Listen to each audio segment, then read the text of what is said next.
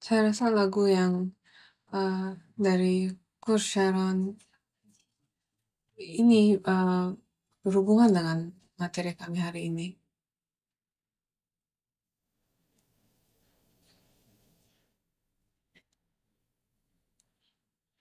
Hari ini di pasal 5 kita renungkan Yesus sebagai imam besar yang agung. Semenjak sejarah dosa dimulai dengan kejatuhan Adam, satu-satunya cara bagi manusia untuk menghadapi Allah adalah melalui pengorbanan yang melibatkan pencurahan darah, karena kehidupan daging ada di dalam darah. Itu berada di Imamat 17 ayat 11 dan Ibrani pasal 9 ayat 22. Yang untuk mempersembahkan korban, ada beberapa hal yang diperlukan. Pertama, sebuah korban persembahan. Biasanya ini adalah sebuah binatang yang tidak bercela, tidak bercacat, dan bersih. Dan kedua, kita membutuhkan tempat yang kudus atau sebuah bait suci. Dan terakhirlah yang mengerjakan proses ini adalah sebuah imam. Dan dia yang melakukan tugas ini.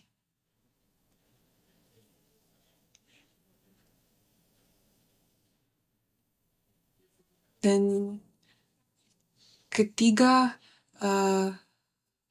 hal ini adalah salah satu tema utama yang diputar di perjanjian lama yang dipenuhi oleh karya Yesus Kristus.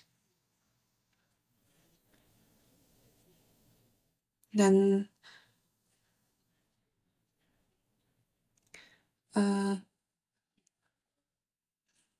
ketiga hal ini sangat penting untuk sahabat dapat dipenuhi, dan sahabat itu adalah sebuah bayangan akan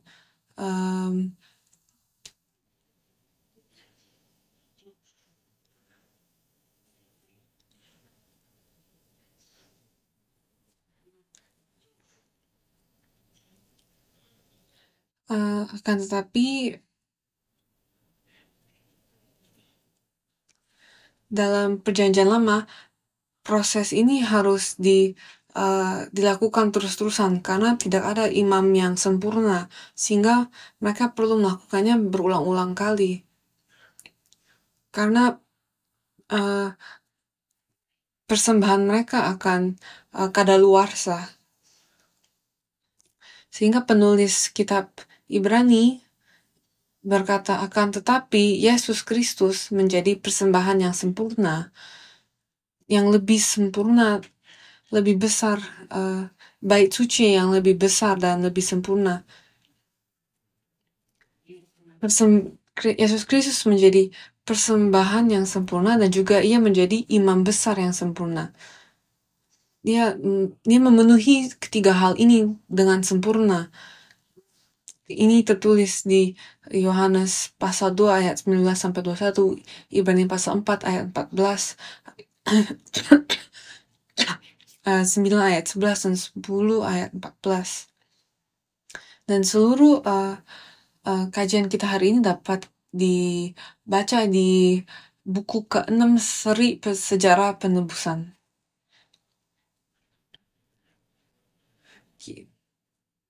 Kita dapat membaca semuanya di dalam buku itu juga.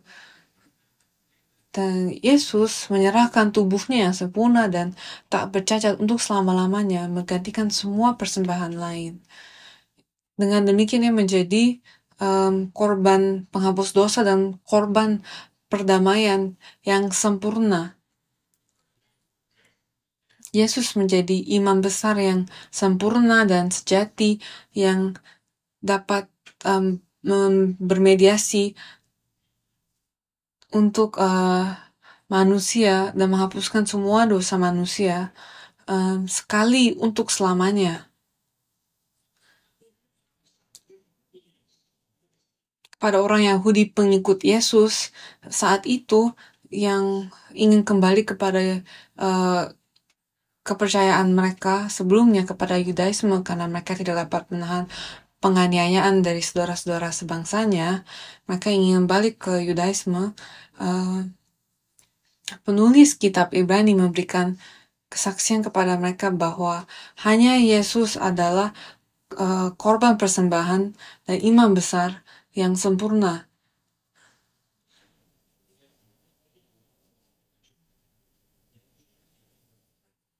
Dan ia merujuk kepada Melkisedek dalam Kejadian 14 yang berkata bahwa imam besar ini adalah beda.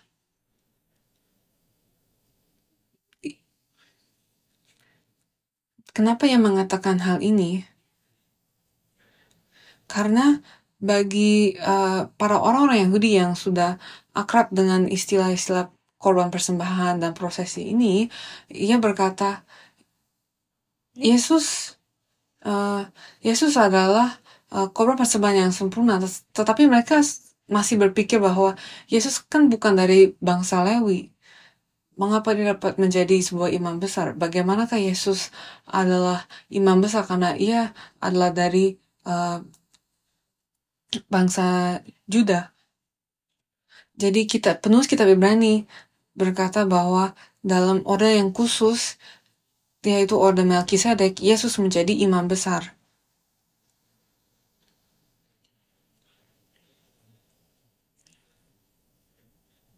Jadi ia berkata bahwa Yesus adalah imam besar yang agung. Imam besar yang agung. Sebenarnya kata imam yang besar sudah merujuk kepada imam yang sudah lebih besar. Sehingga imam besar agung adalah seperti bilang Yesus adalah imam yang besar. Imam besar agung dalam bahasa Yunani adalah archiereia megan, yang berarti imam besar, dan kata agung yaitu megas berarti kepala atau agung. Jadi jika Yesus Kristus adalah imam besar sebelum Harun,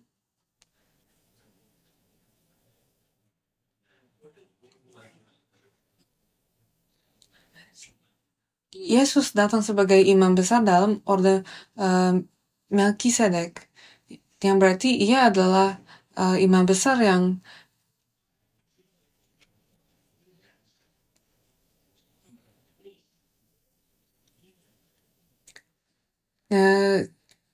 Yesus Kristus adalah satu-satunya imam besar yang memiliki dan memenuhi semua kualifikasi untuk menjadi seorang imam besar.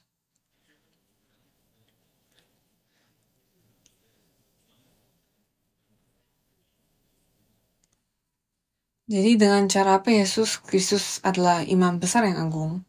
Yesus adalah satu-satunya imam besar yang memiliki kualifikasi imam besar yang sejati, dan di Ibrani pasal 5 ayat 1-10 ini membahas tentang kualifikasi seorang imam besar.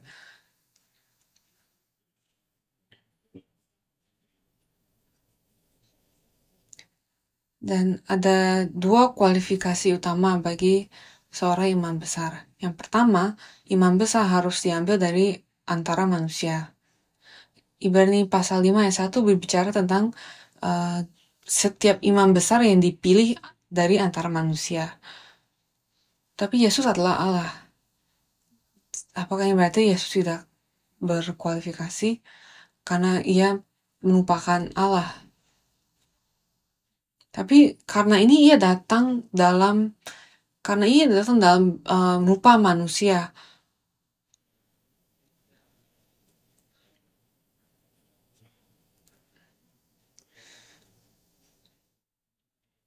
Yesus datang sebagai manusia, dan saat itu ia datang dengan semua kelemahan manusia, semua penderitaan manusia ia rasakan. Satu perbedaannya adalah bahwa Yesus tidak berdosa. Meskipun ia melewati banyak kesusahan, banyak penderitaan, banyak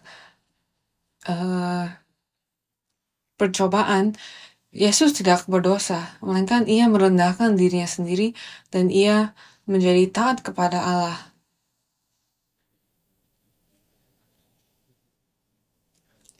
Yesus taat sampai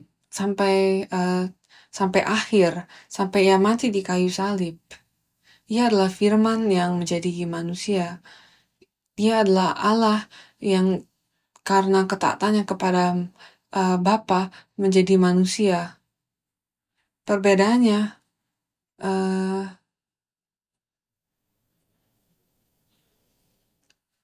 adalah antara Yesus dengan imam-imam besar lainnya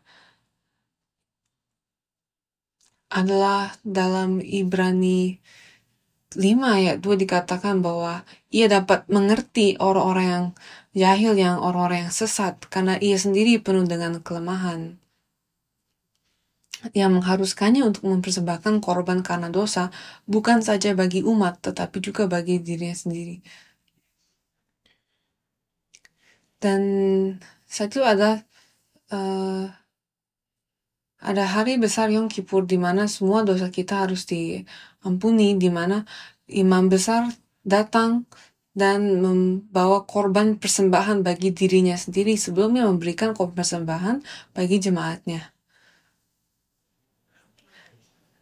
Dan karena itu makanya ia harus memberikan sebuah korban persembahan bagi dirinya sendiri untuk menguruskan dirinya sendiri terlebih dahulu sebelum ia memulai proses ini lagi untuk jemaatnya.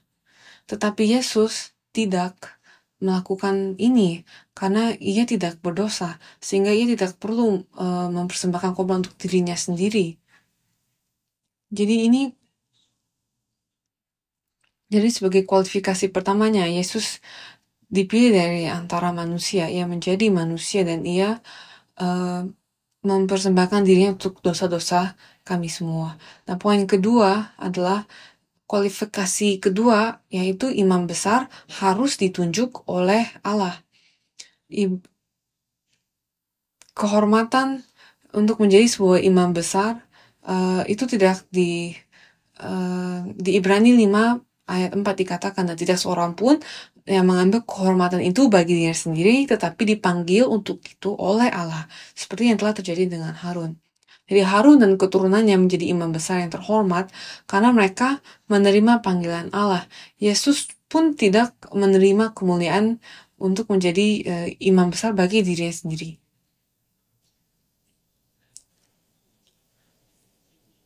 Demikian pula Ibrani 5 ayat 5-6 dikatakan, demikian pula Kristus tidak memuliakan dirinya sendiri dengan menjadi imam besar, tetapi dimuliakan oleh Dia yang berfirman kepadanya, Anakku, engkau telah kuperanakan pada hari ini.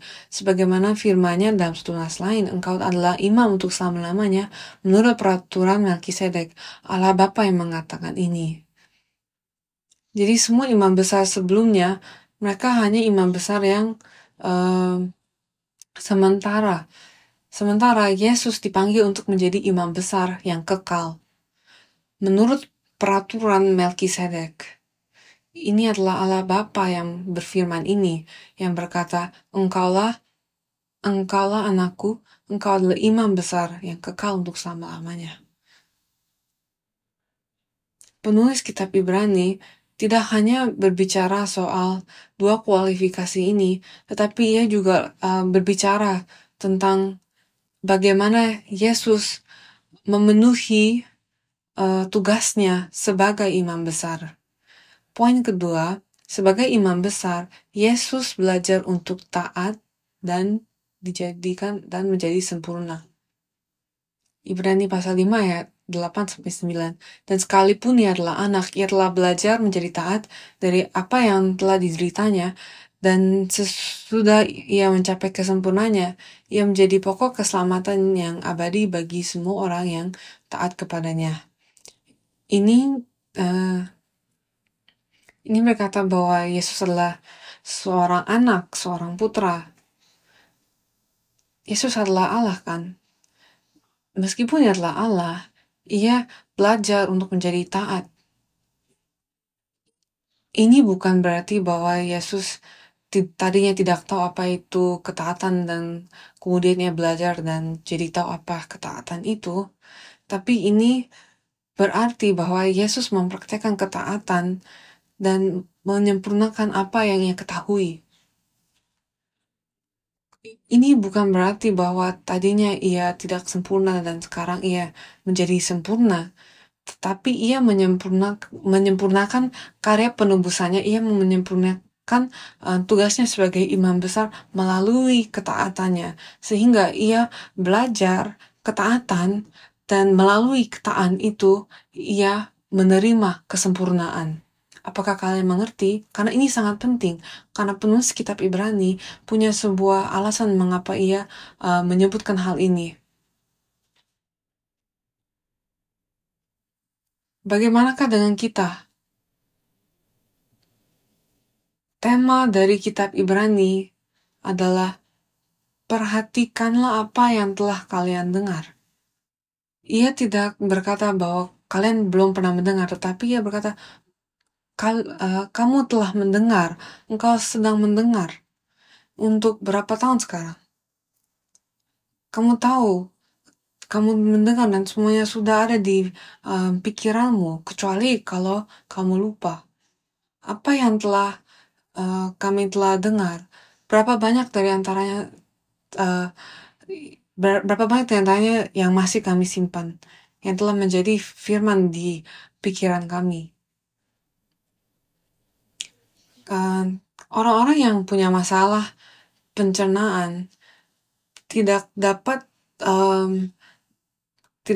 menambah berat badan dengan sehat, karena nutrisi yang masuk keluar sebelum dapat diserap dengan baik.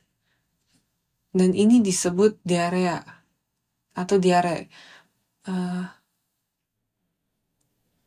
Jadi seperti itu, penulis kitab Ibrani seperti bilang, apakah kita punya diare rohani, di mana firman yang masuk ke dalam telinga kami keluar lewat telinga kami lainnya? Atau apakah firman yang kita dengar menjadi darah dan daging bagi kerohanian kami, bagi roh kami?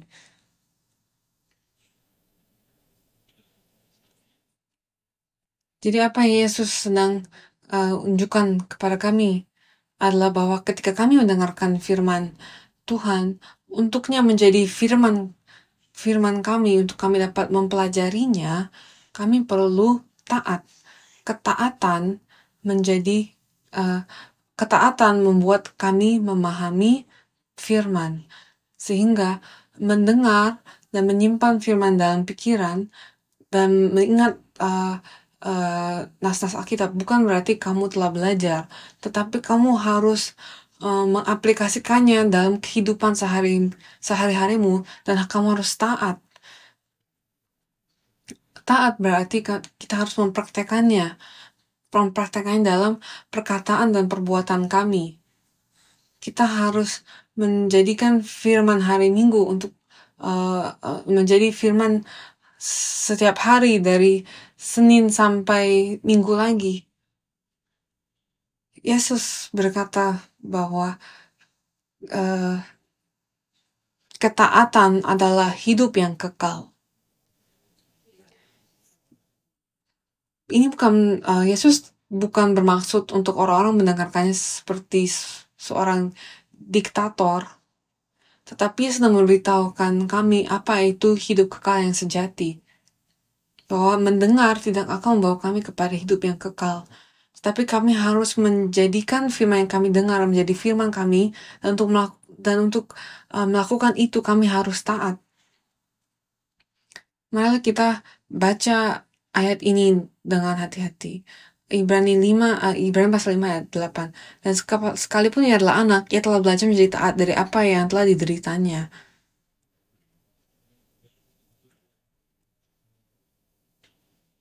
Dia menjadi taat dari apa yang telah dideritanya. Apakah kita suka penderitaan? Tidak kan? Tapi kita harus berealistis. Hanya karena kita tidak suka penderitaan, apakah itu berarti kita menghindarnya? Tidak. Penderitaan akan selalu ada di hidup kita. Dan ini adalah bahan pokok utama untuk ketaatan. Dan ketaatan akan membawa kita pada penderitaan, tetapi melalui tetapi meskipun banyak penderitaannya, Yesus menjadi taat melaluinya.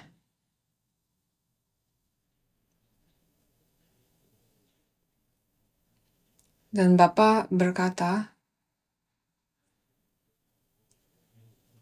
oleh karena itu,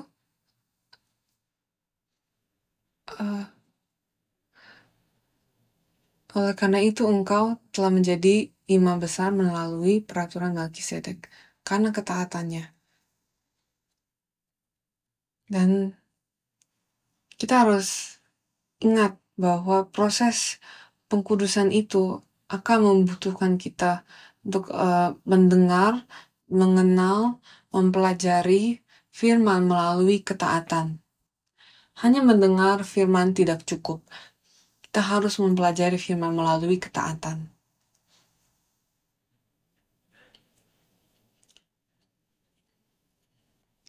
Dan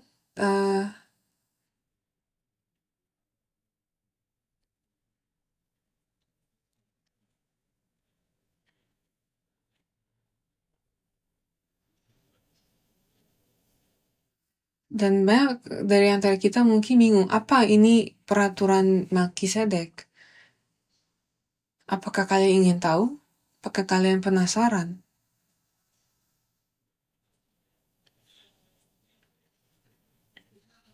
Tapi penulis kitab Ibrani berkata, tapi meskipun saya membagikannya, kalian pun tidak akan mengerti.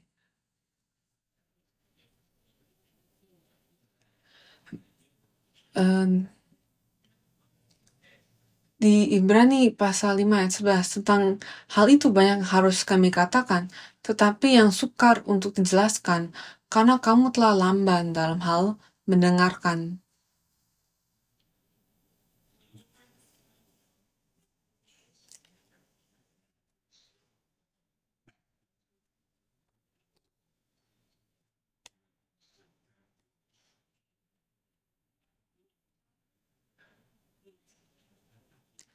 Ibrani pasal 5 ayat 11 dikatakan, tentang hal itu banyak harus kami katakan, tapi yang sukar untuk dijelaskan karena kamu telah lamban dalam hal mendengarkan. Ayat 12, sebab sekalipun kamu ditinjau dari sudut waktu, sudah seharusnya menjadi pengajar, kamu masih perlu lagi diajarkan asas-asas pokok dari penyataan Allah, dan kamu masih memerlukan susu, bukan makanan keras. Ayat 13, sebab barang siapa masih memerlukan susu, ia tidak memahami ajaran tentang kebenaran, sebab ia adalah anak kecil. Ayat 14, tetapi makanan keras adalah untuk orang-orang dewasa yang karena mempunyai panca indera yang terlatih untuk membedakan yang baik daripada yang jahat.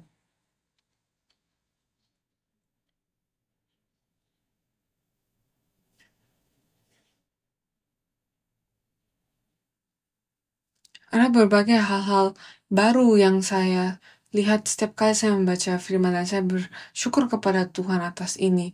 Dan saya sedang berbicara kepada kalian yang sedang berpikir bahwa jika kalian merasa kalian sudah tahu Melkisedek itu siapa, jangan terlalu yakin, karena ada banyak hal akan Melkisedek. Dan kami hanya mengetahui porsi yang sangat kecil akan siapa Melkisedek ini. Dan saya sendiri pun tidak dapat bilang bahwa saya tahu semua hal tentang Melkisedek. Tapi marilah kita terus mempelajari firman, dan saya percaya Roh Kudus akan berbicara dan membukakan firman-Nya kepada kami. Hal-hal baru yang belum pernah kami dengar. Nah, marilah kita jadikan ini tidak hanya sebuah pendengaran, tapi sebuah makanan keras yang kami makan, yang memimpin kami kepada hidup yang kekal. Jadi, poin terakhir, mengapa Melkisedek penting? Hanya ada 3 tempat dalam Alkitab yang menyebutkan tentang Melkisedek. Di Kejadian 14, di pertemuan Abraham dengan Melkisedek, Mazmur 110, di mana nubuat Daud bahwa Mesias yang akan datang akan datang dalam urutan Melkisedek. Dan kemudian di Ibrani pasal 5, 6, dan 7. Jadi hanya di 3 tempat ini Alkitab menyebutkan tentang Melkisedek. Lalu, mengapa Melkisedek penting? Pertama, karena dikatakan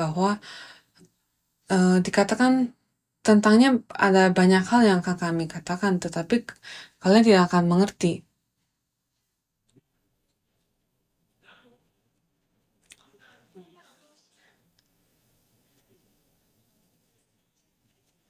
Jadi ini seperti suatu kotak yang dikatakan ini kotak yang sangat penting, tapi kita tidak boleh membukanya.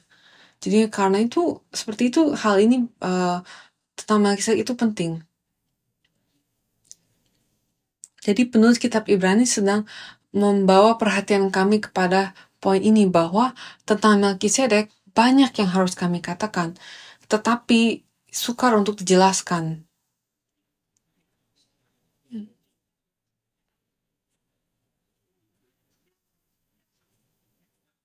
Jadi Yesus pun ketika ia pergi mengatakan bahwa masih banyak hal yang ingin ia sampaikan kepada kita, tetapi kamu belum dapat menanggungnya sekarang.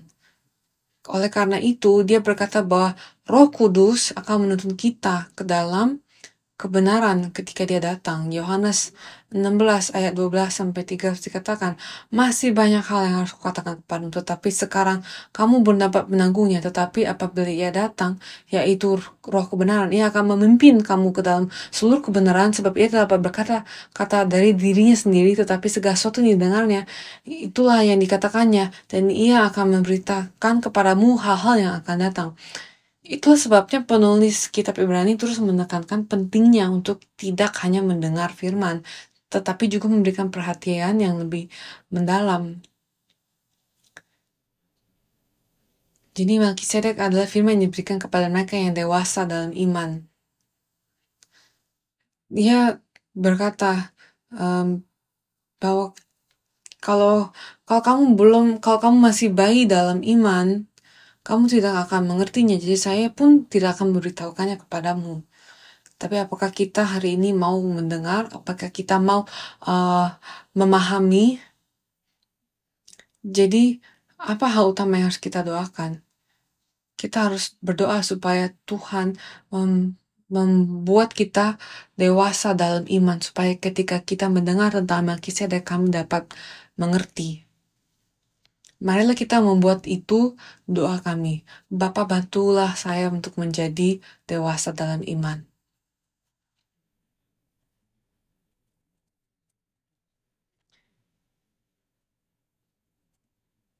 Jadi Ibrani pasal 5 ayat 12 sampai 13 memberitahukan kita perbedaan antara mereka yang masih bayi dalam iman dan mereka yang sudah dewasa dalam iman. Jadi pertama, mereka yang memiliki iman seperti bayi, mereka tahu tetapi hanya tahu prinsip-prinsip dasar ajaran firman Kristus. Mereka masih membutuhkan susu. Mereka belum memiliki indera yang terlatih untuk membedakan apa yang baik dan yang jahat. Kita akan membahasnya di Ibrani pasal 6 minggu depan, tapi saya akan memberikan sedikit introduksi tentang itu. Tentang apa itu ajaran-ajaran dasar. Tentang di Ibrani 6 ayat 1 sampai 2 dikatakan, sebab itu marilah kita tinggalkan asas-asas pertama dari ajaran tentang Kristus dan beralih kepada perkembangannya yang penuh. Janganlah kita meletakkan lagi dasar pertobatan dari perbuatan-perbuatan yang sia-sia dan dasar kepercayaan kepada Allah, yaitu ajaran tentang pelbagai pembaptisan, penumpangan tangan, kebangkitan orang-orang mati, dan hukuman kekal. Pertobatan dari perbuatan-perbuatan yang mati, iman kepada Allah, pembaptisan dan penumpangan tangan, kebangkitan orang mati, dan penghakiman kekal. Jadi dia mengatakan untuk kita meninggalkan 6 hal ini. Jadi apa maksudnya?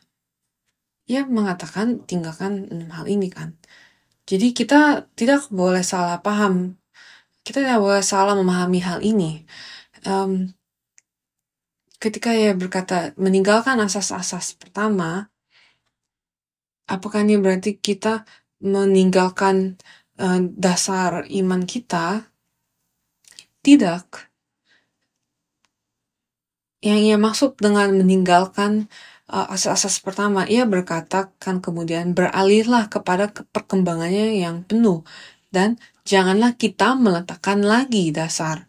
Oleh karena itu, ketika ia berkata untuk meninggalkan ajaran-ajaran dasar tentang Kristus, ia tidak bermaksud untuk mengabaikan, untuk membuangnya, tetapi untuk lulus darinya.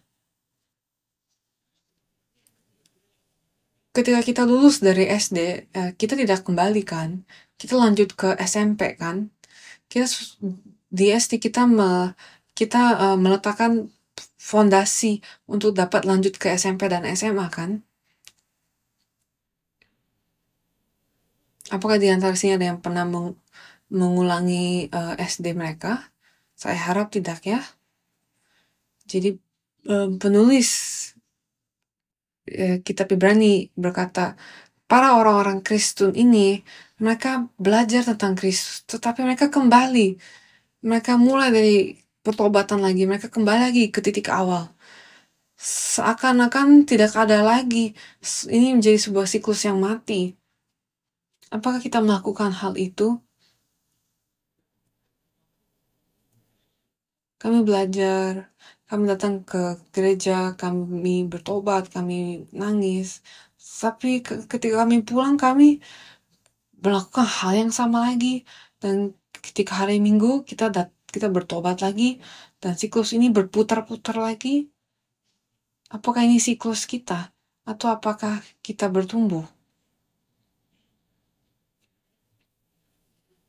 Ketika kita berdosa, apakah kita belajar daripadanya? Dan melalui ketaatan kepada firman, kita bertumbuh? Atau apakah ketika kita berdosa, kita kembali kepada titik awal?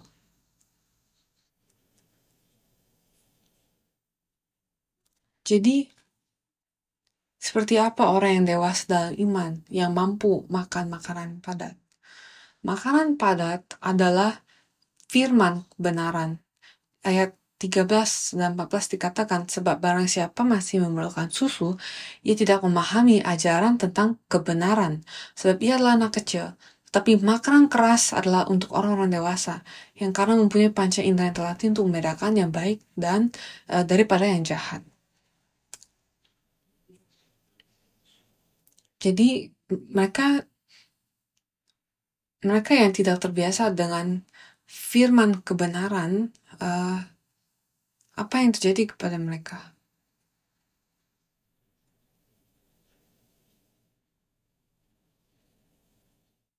Apa yang terjadi ketika kita memberikan makanan yang keras kepada bayi?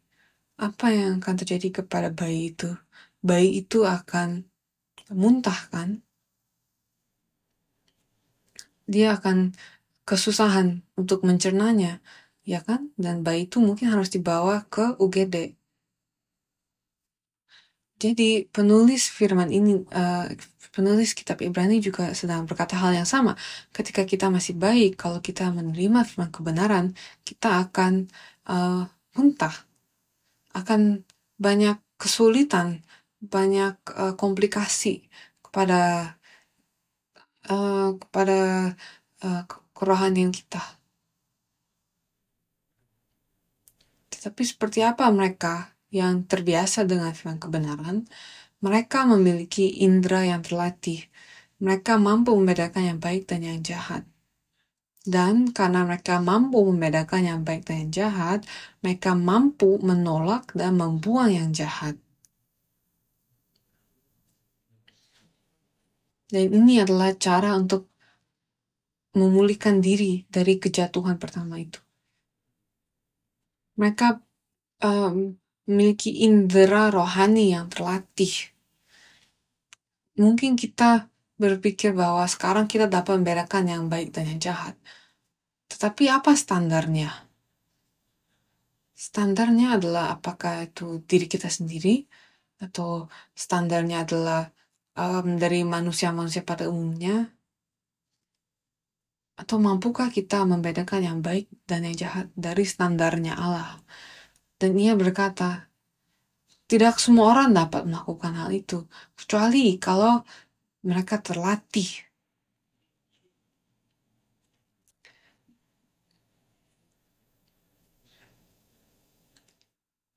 Apakah prajurit-prajurit militer dapat membedakan temannya dari musuhnya? Kalau mereka tidak terlatih, mereka akan menembak semua orang, kan? Oleh karena itu, pelatihan dibutuhkan. Apakah pelatihan itu mudah atau sulit? Sulit, kan? Makanya disebut penderitaan.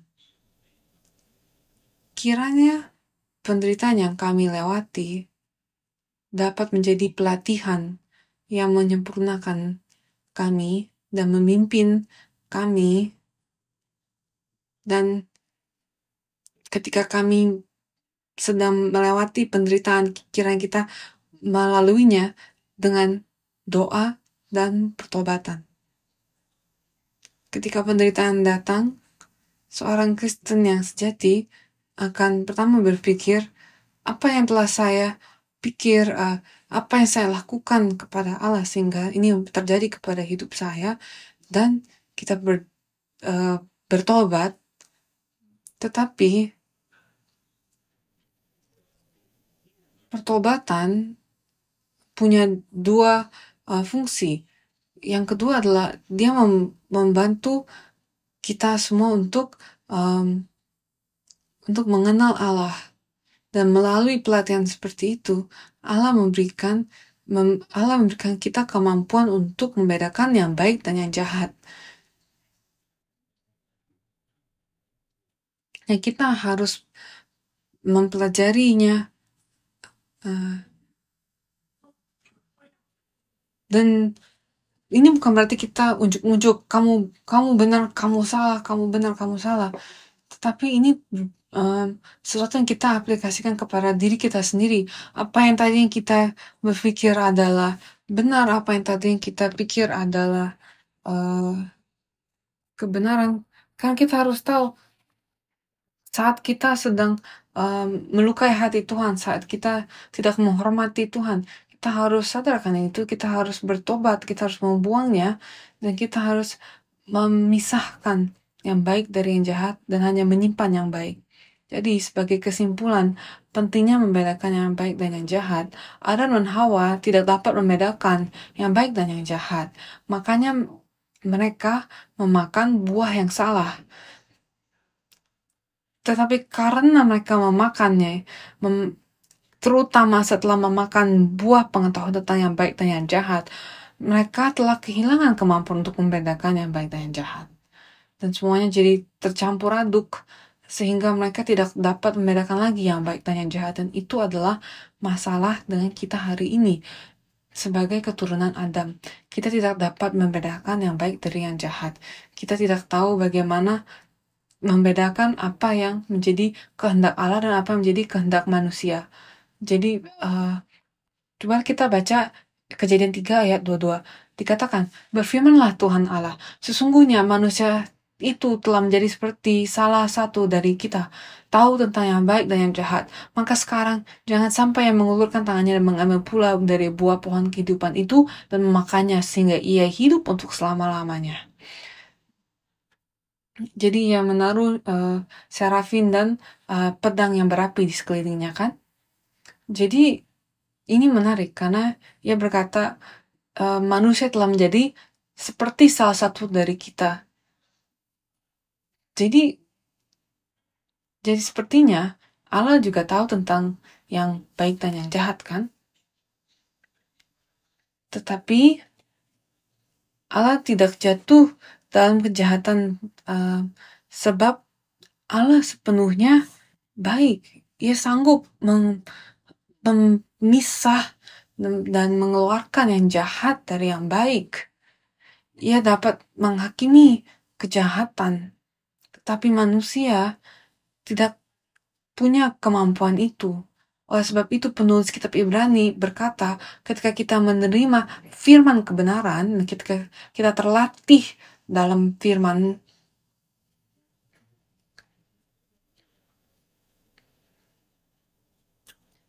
kita harus mempelajari firman Melkisedek ini melalui ketaatan, dan Tuhan akan melatih kamu, dan kamu akan menjadi mengerti dan mampu membedakan yang baik dari yang jahat.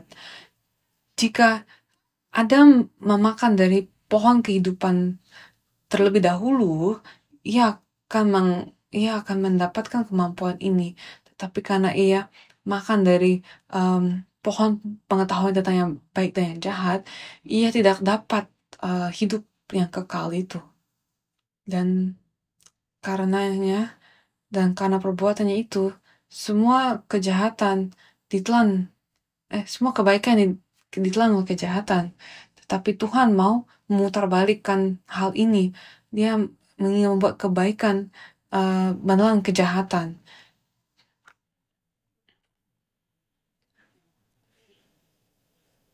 Marilah kita berdoa supaya Tuhan memberikan kami kedewasaan itu, supaya kami dapat menelan makanan yang padat, dan kami dapat mempelajari firman, tidak hanya mendengar firman. Dan melalui ketaatan, kiranya panca indera rohani kami terlatih, dan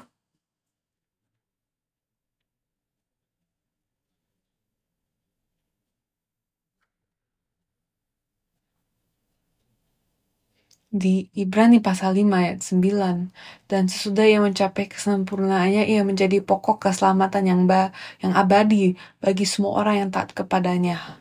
Yesus belajar untuk menjadi taat, dan ketaatannya membawa penderitaan, tetapi melaluinya ia taat dan disempurnakan, supaya ia dapat memberikan keselamatan yang abadi bagi siapa? Tidak hanya bagi yang percaya, tetapi bagi orang yang taat kepadanya. Kiranya kami menjadi orang yang menerima keselamatan yang abadi itu. Bagaimana? Dengan mendengar, percaya, dan taat. Dan saya percaya kita akan dengan ketaatan menjadi mampu menerima firman Tuhan Melkisedek. Marilah kita berdoa. Bapa, terima kasih Engkau telah mengirim Yesus Kristus kepada kami, yang mencuci semua dosa kami. Bapa, kami mengucap syukur ketika Engkau membuat Yesus sebagai imam besar yang kekal kami, dan bantulah kami untuk menjadi imam dalam peraturan Melkisedek, Bapa, dan mampukanlah kami, panca indera rohani kami, untuk dapat membedakan yang baik dan yang jahat. Biarkanlah kami tidak membedakan apa yang baik dan apa yang jahat, tetapi mampukanlah kami melalui firman kebenaran untuk dapat memisah yang baik dan yang jahat, untuk dapat membuat kebaikan menelan kejahatan, dan mampu menolak semua kejahatan dalam hidup kami. Dan Bapa, bantulah kami untuk dapat mengerti melalui ketaatan, dapat memahami firman melalui ketaatan. Kami berdoa dan percaya bahwa Roh Kudus semua akan memimpin kami sampai akhir, supaya kami dapat sungguh-sungguh mengerti tentang firman kebenaran. Dan kami mendoakan semua hal ini dalam nama Tuhan Yesus dengan hati yang penuh syukur. Amin. Marilah kita tepuk tangan.